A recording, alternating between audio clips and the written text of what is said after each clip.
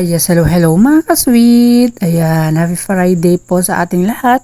Ito po, papunta na po ako sa Friday session na naman po ng aking dialysis mga ka-sweet.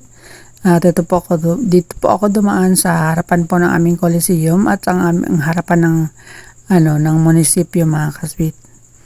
At ayan, harapan ng aming munisipyo, ito po ang aming napakagandang munisipyo mga ka-sweet. Munisipyo ng Cauayan City, Isabela. At ayan po, papunta na po ako ng dialysis.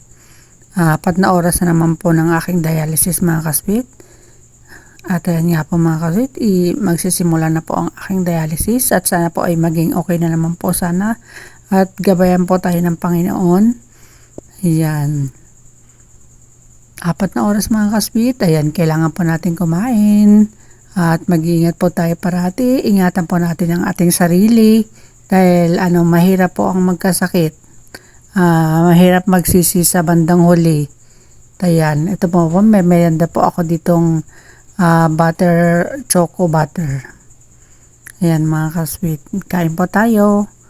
At hindi ako hindi ako nagtanghalian dahil hindi po ako nakapagluto. Kaya gutom na ako. At mamaya pag uwi ay gutom na naman po kasi doon na lang po ako babawi pag uwi ng bahay pagkatapos ng dialysis.